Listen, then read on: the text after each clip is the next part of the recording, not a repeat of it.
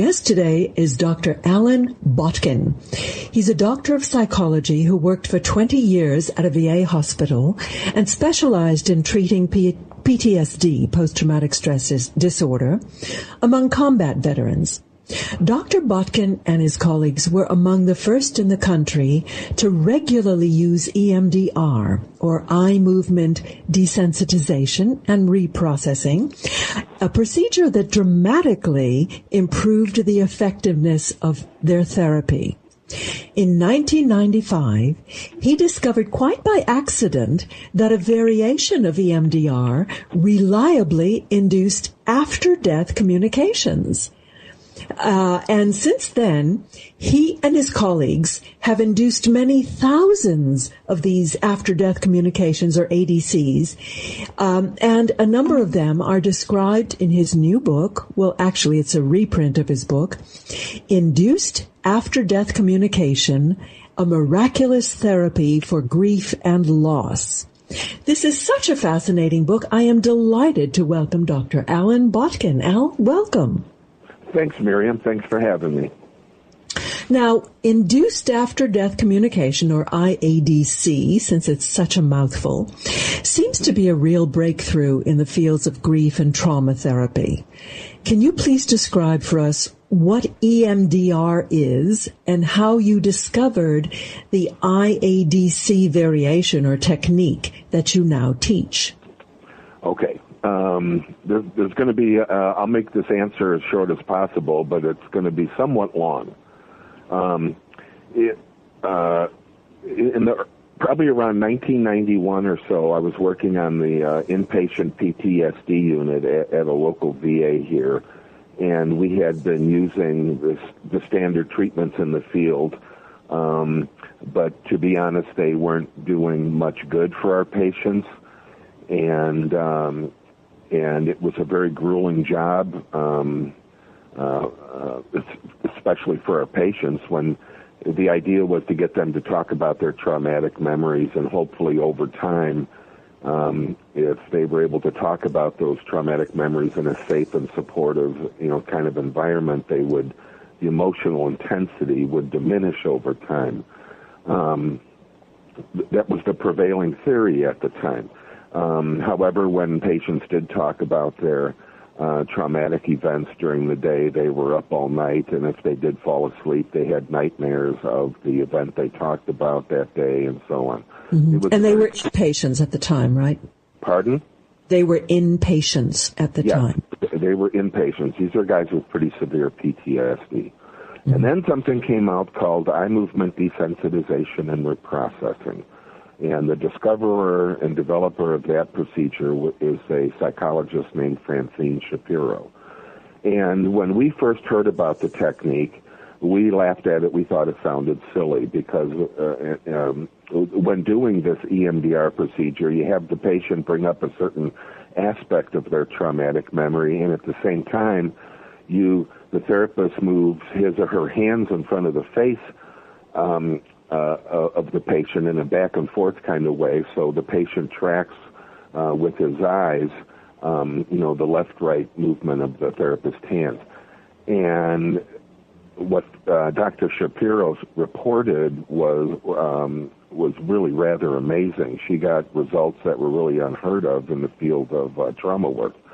But anyway, even though we laughed at it and thought it sounded silly, and we thought we knew better, we were at least open-minded enough to give it a try. And the very first time we tried it, even before we officially were trained in EMDR, which we soon were after that, we were able to achieve results right away with patients that we had never been able to get those kind of results with.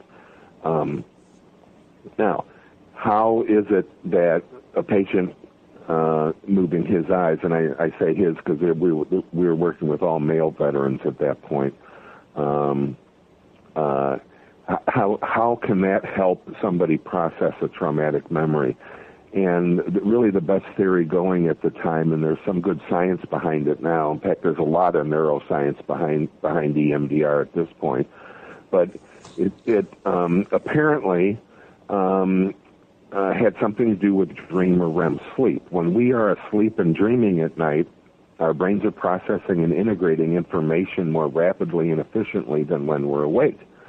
And it was known for some time that that's why when people dream, they dart their eyes back and forth, which is why dream sleep is also called rapid eye movement or REM sleep. Apparently, this discovery of EMDR seemed to indicate that you could take a fully awake person and you can get that patient to move his eyes in a similar fashion. It actually put their brain into that higher processing mode, and we could use it in people who were wide awake. And unlike dreaming, other parts of the brain remained active, like the frontal lobes and, our executive functions and so on, which are generally turned off when we're asleep. So this increased processing and integration allowed the brain to work at a much higher level in terms of integrating and processing horrible traumatic memories. And we found that after sometimes a single session, patients would say things like, Doc, this is the first time since Vietnam, let's say, that, when I think about the event, it doesn't feel like it's happening all over again. It feels like it happened a long time ago, and that it's finally over. And that's sort of the hallmark of a traumatic memory, is you just don't remember it. You also relive the moment, and even though it may have been many decades in the past. So this EMDR was knocking out that reliving component, and patients were reporting a tremendous amount of relief. So I had been doing this for some time, and I found that some of the steps in the standard EMDR protocol didn't make any sense to me. I thought they were irrelevant or and so on. So I experimented with a good number of variations on the standard EMDR procedure, and while most of my ideas didn't work, I hit upon a few that seemed to make the procedure work even better, more rapidly and more efficiently. And after having made these changes, and my patients were getting even more rapid results, something very strange happened that I didn't understand when it first happened. And one of the changes I made to standard EMDR was that I had my patients close their eyes after every set of eye movement I gave them. But anyway, after I had processed the main components of the traumatic memory, and I gave my patients another set of eye movement and they closed their eyes, they began reporting these after-death communications. And the very first time that happened, I thought my patient had hallucinated. I didn't know what an after-death communication was at the time. And I was very concerned for this person who literally left my office joyous after going through a horrendous traumatic memory. I alerted the night shift staff to keep an eye on this guy. I was worried about him. I thought maybe he had psychologically decompensated and hallucinated. Mm-hmm. And I found out right away the next day when I came back in that not only did he do fine, he slept for 8 hours that night and was still joyous about his experience. So, wow. And then I found out that a few of my other patients were having the same kind of experience with their losses. And then I went back and looked at my notes and finally figured out what it was that I was doing differently with people who had the experience and people who didn't have the experience. So then I changed the procedure once again and added a new element, which then allowed nearly all of my patients to have the ADC experience. And as a psychologist, my only interest is in healing people. I have sort of stayed away from the debates over the issue of whether near-death experiences and after-death communications, and so on are proof of an afterlife and so on. I've sort of stayed out of that, but I can tell you one thing I knew for sure is that these experiences were healing my patients in ways that were not even thought to be possible. So well, I'm certainly not going to let you off the hook on that conversation, but we can gently work our way into it. Okay. How is this different from rapid eye motion? Rapid eye movement? Movement therapy, yeah. Rapid eye movement therapy? There is something called rapid eye movement. Maybe it's just a variation on the theme. Yes, there are a couple folks across the country, two that I'm aware of, who basically took my procedure and kind of renamed it. I see. Now, you make a big point of differentiating this from hypnosis. How is it different?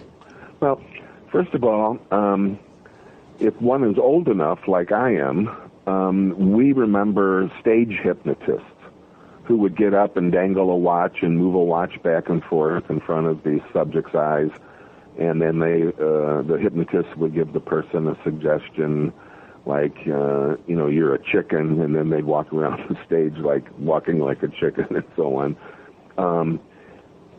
That's why people often ask, is EMDR or is IADC or these eye movement therapies, do they have anything to do with hypnosis? And the answer is no. And in fact, they are the opposite. And EEG studies that take a look at brain waves and so on support that idea. In hypnosis, people get into a very relaxed, focused, and highly suggestible state, along with that slower brainwave activity. And in fact, EMDR brain activity is the same as normal waking consciousness. It really doesn't change. And many of us even suspect it even, as I mentioned before, allows the brain to process even more rapidly. That's fascinating. Are you familiar with the work of Robert Monroe at the Monroe Institute in Virginia? Yes, I am. And I'm familiar with his HemiSync. Mm-hmm. And that is very interesting to me in a theoretical way. I think, though, that beyond the left-right brain kind of stimulation that goes with bilateral stimulation, auditory, people who do EMDR work with the eyes primarily, but you can also tap people's hands alternately, and some people who undergo EMDR use headphones with alternating clicks and so on. So there does seem to be some similarity there. But the procedure and the direction that it's taken is very different, and the goals of both approaches are very different. Mm-hmm. But maybe someday scientists will find out exactly what's going on when that kind of bilateral stimulation occurs. Mm-hmm. And we're just beginning to understand that now. Now, let's get back to your technique. One of the things I found so fascinating about the technique was that you are very non-directive, yet there's a lot of similarity among the experiences that your different patients report. Yes. As a matter of fact, most of IADC therapy has to do with clearing the sadness, which I see as the core of grief, both grief and traumatic grief. And could you just focus on that for a moment? I found that fascinating too. You say that there are two core emotions, and then the others are kind of secondary. Expand on that.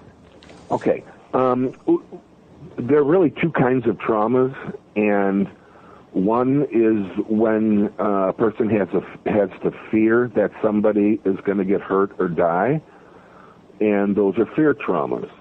The other are sadness traumas, and the only difference there is somebody actually dies. Now, many traumatic experiences have both components, but each need to be treated separately because they're two separate components. Now, in both the case of fear and sadness, there are many other associated emotions, and the most common are guilt and anger. And people generally use their guilt and anger to protect themselves from that painful core, from reliving the fear of the trauma or the sadness associated with the loss and the trauma and so on. And one of the most important points with IADC is I have found that if we directly address the core emotion and successfully process it, all that other stuff just fades away. For example, and which lends support to the idea that we use our anger and our guilt as a defense in some way. Mm-hmm. What if he did that? What if I did that? Kind of what if, and people can stay in those outer layers for their entire lives and never really get to the inner pain, which needs to be fully processed. And when I work with people, I see people for 2 90-minute sessions, and they are the worst trauma and grief issues you can imagine, or they're even beyond what one can imagine. And 2 90-minute sessions are enough. And the reason is because we go right after the core issue. Now, some people who have been treating grief for many years and so on say, well, grief is a very individual matter, and everybody needs to find their own way with grief. And my response to that is, yes, but we are all wired for sadness. Now, all of our sadness is very different from each other, because our relationships with the people we lost are very different. And so our sadness is very unique, it's very individual, but if one is to find some peace with their loss, they have to process the sadness. Now, some people do a great job of processing their sadness by doing various different things, but it can take a lifetime doing that. The advantage of doing using this bilateral stimulation that increases the brain's ability to heal itself. When you address the sadness with these high-powered techniques, you can get through it real rapidly. Now, with EMDR, you kind of lower the thermostat on the sadness, but then you go a step further with the IADC. So tell us what happens. Once the sadness subsides, and that sometimes happens in the first session, sometimes not until the second session, people feel an intense, a great amount of relief. And it's interesting, people most often use the word peaceful. After going through all this intense processing, and they're crying, and they're sobbing, and they're shaking, and and they continue to move their eyes so we can get them through that. Once that stuff is processed, it's now gone, or very much changed, and people say they feel very peaceful. At that point, another set of eye movements generally induces the ADC experience. However, I never say, okay, now I'm going to give you a set of eye movements, and I want you to imagine, your deceased loved one. I would never say that. In other words, I would never suggest that.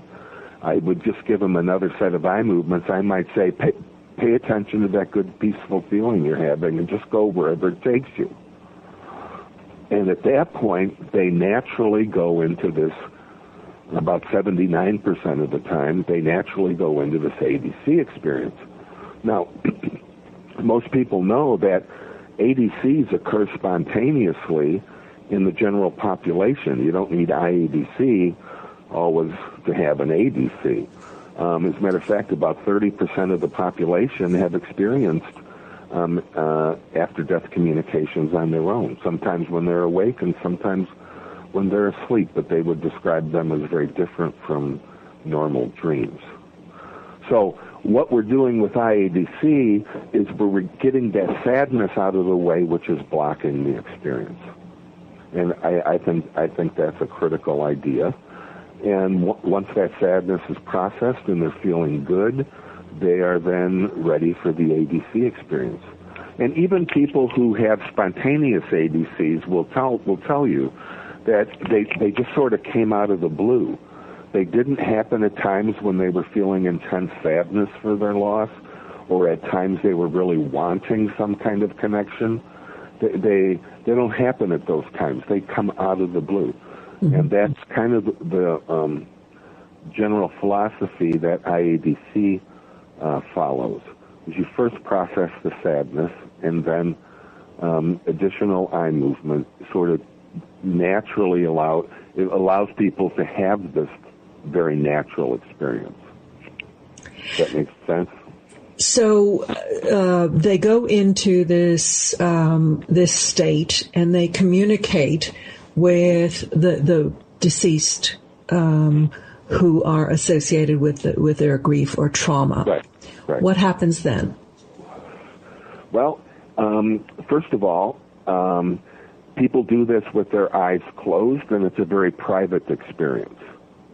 I am not privy to what's going on. People do this with their mind's eye, their mind's ear. Much of the communication comes across as telepathic. So I'm not privy to. I only find out about it when they open their eyes and tell me what just happened. But what you report is that they often are smiling when they have their eyes closed, and then when they open their eyes, they are actually even joyous. Yeah. I know that the first time that happened to me, I was just absolutely amazed, and that's when I thought my patient had hallucinated. I didn't know there was such a thing as ADC. But yes, people are generally radically changed at that moment. Our research shows that people their belief in the afterlife increases significantly. It's like near-death experiences. The people who have them are very convinced by them, and of course they happen to very normal, psychologically healthy people. And but what you report in your book, and reading all the different case studies, one of the uniform reports is that they are convinced that the person is now okay. Yeah. That whatever their worries were for that person or their guilt about the person, that person reassures the individual Absolutely. that it's all right. As a matter of fact, that is the main message. If a woman loses a son, I recently worked with a case like that. It was just an awful, painful story to listen to. And her son comes to her in the ADC, and it's like, Mom, look, I'm okay. I'm fine. I want you to be okay now, too. I'm fine. And then, the son kind of started dancing around and to show his mom how happy he really was. But they all say that, I'm okay. I'm okay. And their only concern is the suffering that their survivors are going through. And they want their survivors to know that they're okay and that they can be okay too. Mm-hmm. Now, when the mother hears that from the son, Mom, I want you to be okay, that's the most important person that the mother needed to hear from. Any psychologist or anybody else saying that, you need to be okay, your son would want you to be okay, isn't the same thing as the son saying, Mom, look, I'm okay. And the more general message they get is that, and by the way, everything is okay. It's all good. It's all good. Mm. But there's also, I don't want anybody who's thinking about suicide to run off and commit suicide because everything is so good over there. because people who suicide have extra issues that they have to deal with. And the primary thing is if you suicide, you're going to hurt some people. You're going to hurt your family, but if you're estranged from your family, you're going to hurt your therapist. You're going to hurt people who knew you at work. You're going to hurt people. And the only judgment that occurs in a near-death experience is how you affected other people. And committing suicide hurts other people. And so it's not like you can't commit suicide and get away from all your issues. It's not a ticket out. Does that make sense? Yeah, you still have to have the life review. Right, you have to deal with the pain you've caused in other people now. Yeah. One of the points you made was that conventional grief therapy focuses on kind of desensitizing you or removing you from the source of the grief, whereas the IADC actually enables you to reconnect to the person, and it's this reconnection that actually heals it. It was really kind of the older ideas in grief go all the way back to Sigmund Freud. And, of course, most of psychology does. But, Freud's idea was that you had to disconnect from your lost loved one. And only after you completely and emotionally disconnect from your lost loved one can you then form new attachments in life and therefore get on with life. And there's been a lot of research, and I mention it in my book. There's a great book called Continuing Bonds, where researchers from all over the world who work with grief generally reported that people who maintain some kind of connection with their deceased loved one and maintain that bond actually do better in the grieving process. So the whole idea of cutting yourself off and trying to forget the person who died and who you happen to love, to trying to put that person out of your life just never works, or doesn't work very often. The whole idea is to reconnect and to establish, instead of a painful connection, i.e. the sadness, you reestablish this positive, loving connection. A lot of people who come to see me, they say, well, I don't want to give up my pain and my sadness because that's my only connection to my loved one.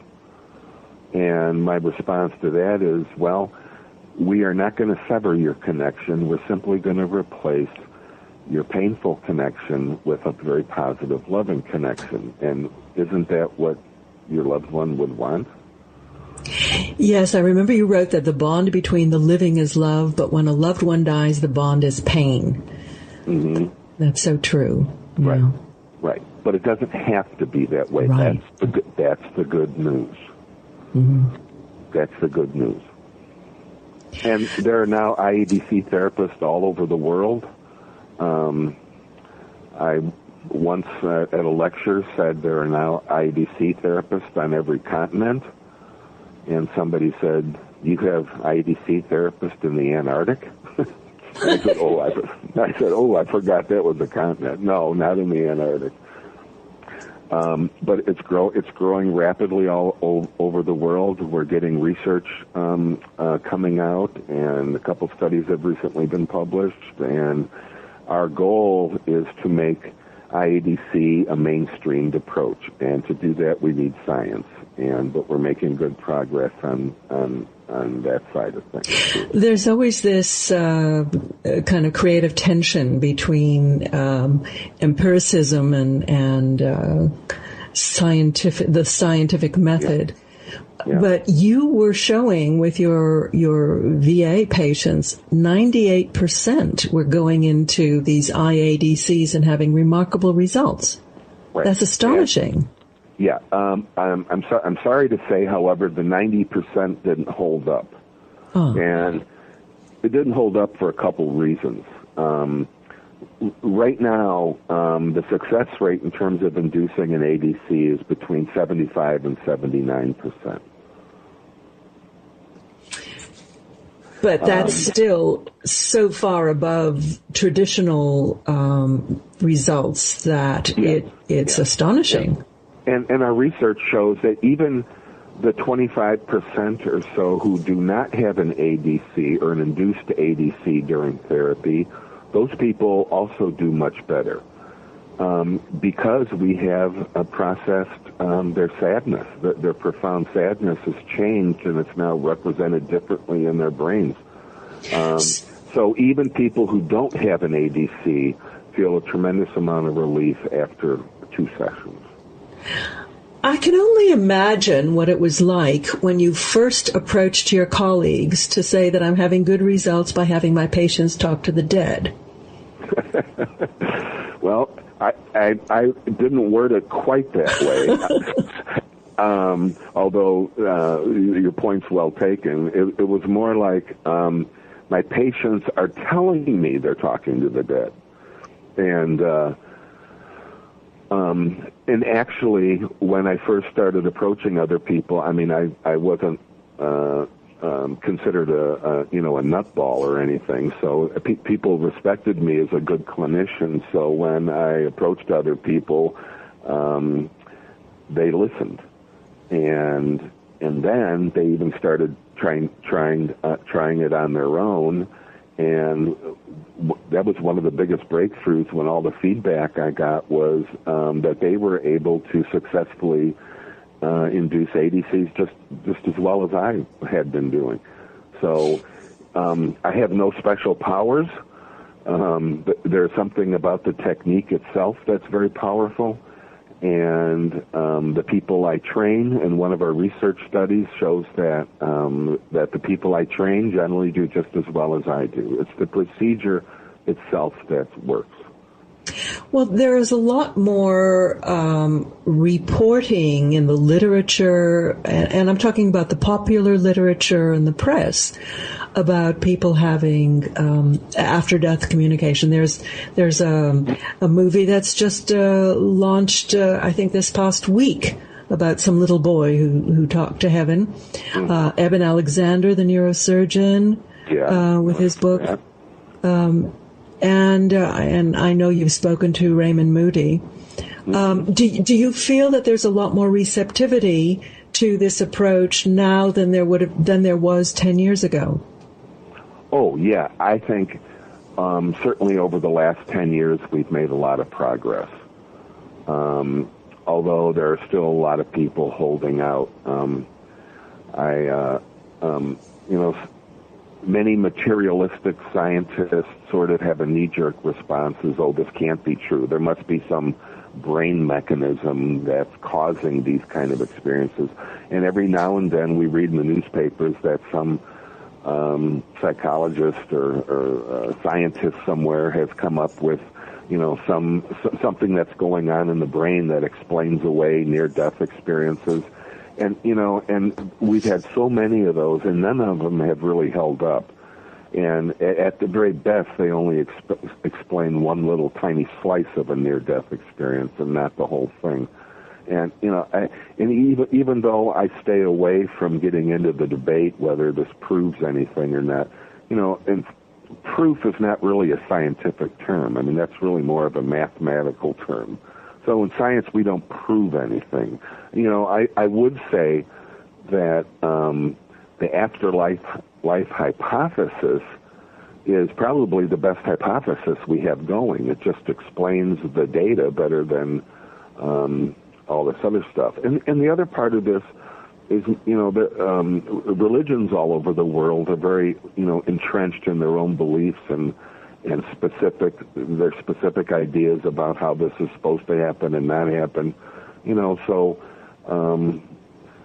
Religion generally hasn't glommed onto this, and many scientists haven't either. But nevertheless, we have a lot of people who are having these kind of experiences or coming forward, and well, I see what your technique as being in 2 stages. One is EMDR, which is a bit far out, compared to conventional psychotherapy. But let me just say real quick, EMDR is now considered a mainstream evidence-based therapy all over the world. Now, IADC hasn't reached that status, but EMDR itself has it's been abundantly researched, and there's much scientific support for EMDR. And what kind of penetration has it made into the therapeutic community?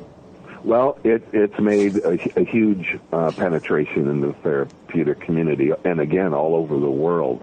It's now considered one of the evidence-based treatments that it's now, even though people in the VA system kind of fought, the people at the top of the VA sort of fought its inclusion, but EMDR is now recognized as an evidence-based, scientifically based therapy for guys with PTSD. And PTSD is a hot issue right now, and it's nice to see that EMDR is considered it's a fully accepted treatment for PTSD.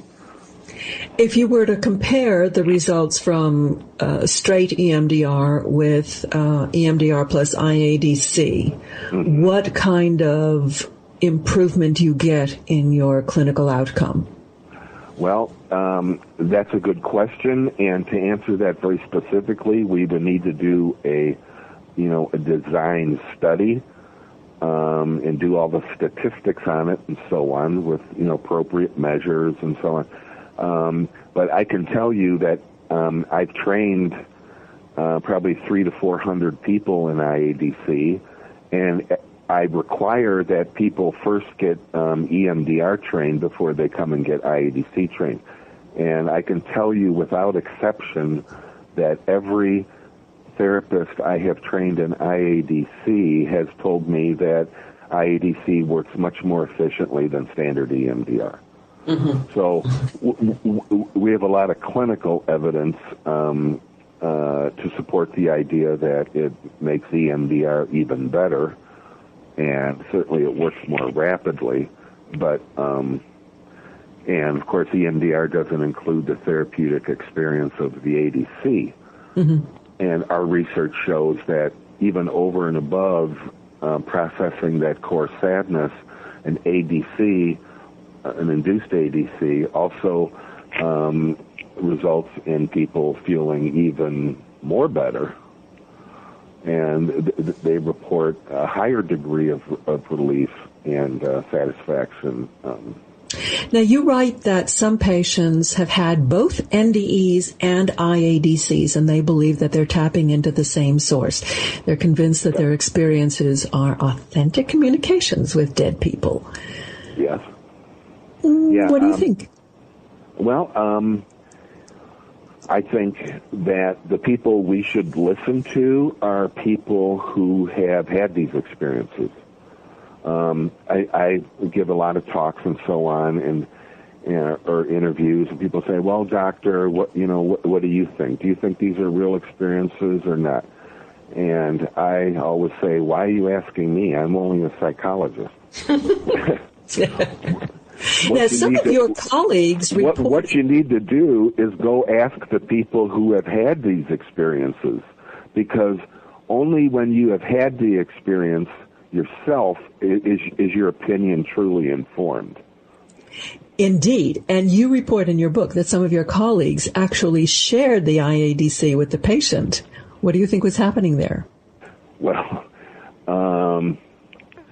yeah, that was an extremely unusual finding, but it seemed to be very consistent with some people. But the way this all started was that I had an intern who knew how to do IADC. I had trained him, and he was watching me work with the patient, and I was inducing an ADC, and for some reason my intern closed his eyes and gave himself eye movement, and was able to then eavesdrop in on my patient's private ADC experience. So they actually shared the same experience. Now,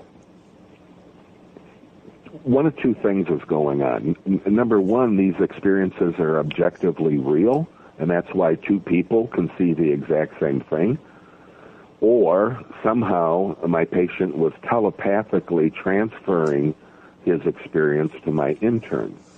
But either way, something very remarkable was going on there that needs further research, and hopefully we will do more on that in the near future.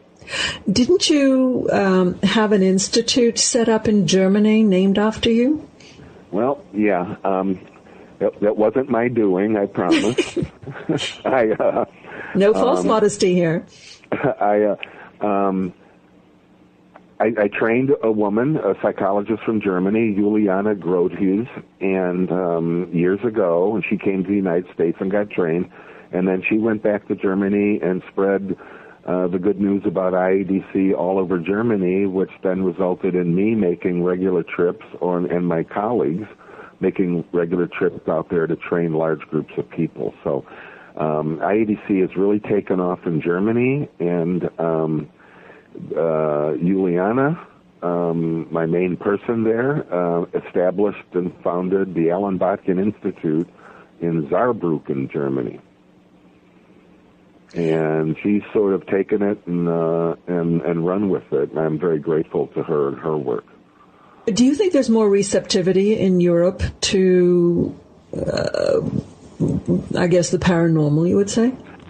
I don't know. People ask me that, and I don't know. I don't really have a sense of it. The German therapists there say, in Germany we're much more restrictive on who gets to do what, and it's actually more difficult to do there. And, but at the same time, IADC is growing rapidly there. Mm-hmm. And by the way, it's also growing rapidly in Italy right now, and France is right behind. But I think what happened with Germany is I just lucked out in the sense that when Juliana went back, she hooked up with one of the most famous psychologists in all of Germany, and when he sort of put his stamp of approval on it, it just sort of took off from there. Mm-hmm. So what do you need to be an IADC therapist? Well, first of all, you need to complete the first weekend of EMDR training. And to be eligible for EMDR training, you have to be recognized by your state as an independent provider of mental health services.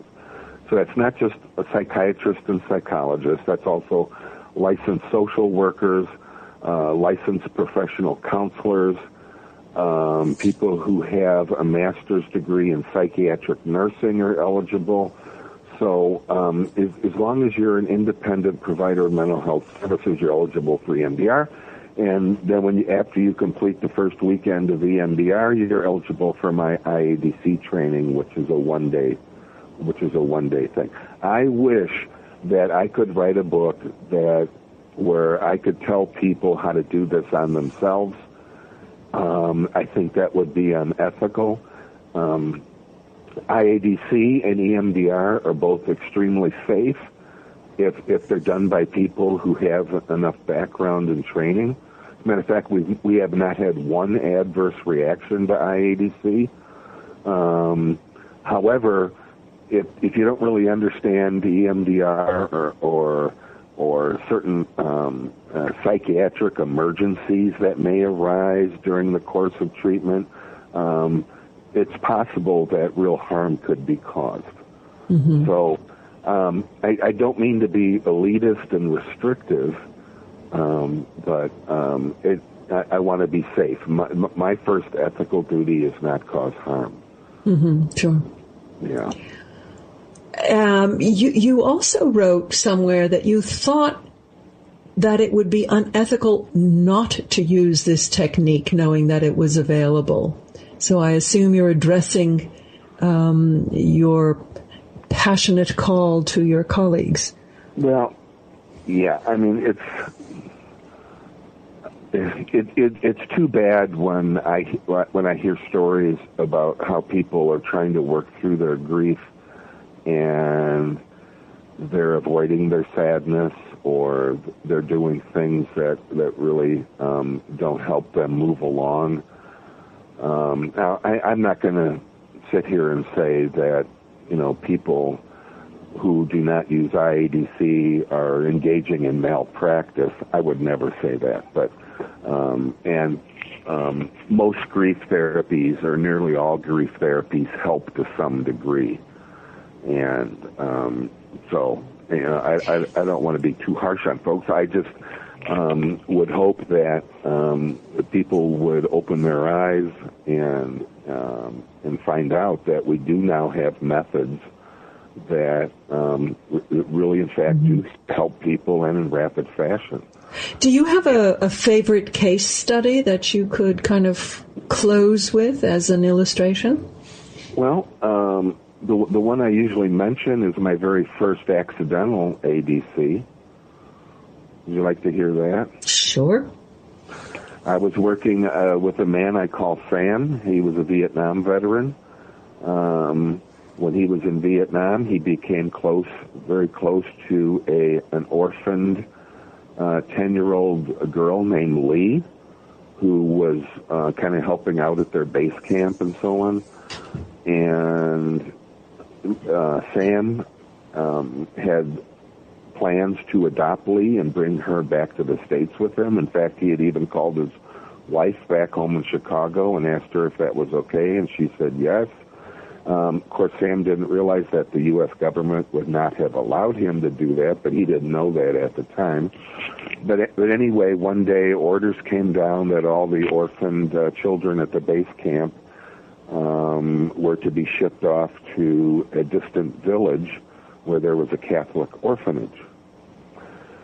So one day they were loading all the kids up, about 12 or 15, I forget, on a flatbed truck to be taken away, and Lee and Sam were hugging each other and crying and saying goodbye, and Sam was promising Lee that he would find her and bring her back to the States, and he wouldn't forget her and so on.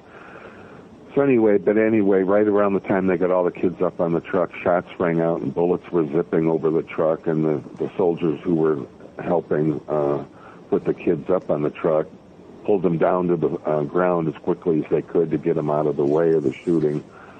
And the shooting had stopped. They had gotten the sniper somehow. And as they were putting the kids back up on the truck, Sam didn't see Lee, and he went around to the back of the truck and saw her lying face down in the mud. And she had a spot of blood on her back, and when he turned her over, he saw that the bullet that entered her back had blown out her whole front torso, and she was dead. And Sam held her lifeless body, and eventually the other soldiers had to kind of pry him apart, and they buried Lee and so on. But when Sam told this story to me in our session, he literally, or almost literally, fell out of his chair. He had to grab onto the handles. He was sobbing and shaking so violently.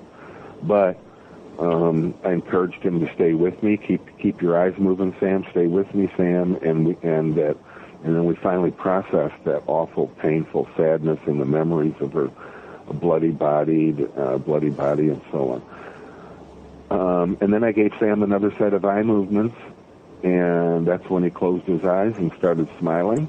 And he opened his eyes. And Sam was absolutely convinced that Lee's spirit had come to him. She came to him as a much older young woman with long black hair and a beautiful white dress and surrounded by this beautiful white light. And Lee privately told Sam, Sam told Lee, "I love you, Lee," and she responded, "I love you too, Sam," and she reached out and gave Sam a hug. And the experiencers actually feel the physical sensation of the hug. As a matter of fact, yeah, you did a good job studying my book, because Sam then said, I remember now, Sam then said, I could actually feel her arms around me. I could feel the touch of her arms. Mm-hmm. And I think the other thing that is generally reported is that now the beautiful picture of her smiling replaces the other one. Right. He no longer had a good image of her lifeless and bloodied body, and every time he thought of Lee, he just saw this beautiful woman surrounded by light thanking him, and he, in fact, I saw Sam years after that experience, and I said, Sam, how you doing with Lee and that whole thing we went through? He goes, he said, it changed my life. It said, the only thing I can see is how beautiful Lee is, and I can feel how much we love each other. It was really amazing. What a lovely story to finish on. Yeah. Let me just add one more thing. Yeah. Just one more thing. Please go to www. I was going to ask you about your websites, of course. Oh, please. Healingafterthewar.org. Healingafterthewar.org. PTSD is a hot topic these days, and we've got something for these PTSD and most deserving veterans. And we have some work done on a documentary, maybe an internet series that addresses those issues. So healingafterthewar.org. And my main website is induced-adc.com. Great. Dr. Allan Botkin, author of Induced After-Death Communication. Thank you so much for being with us today. Thank you so much, Miriam. I enjoyed it. Next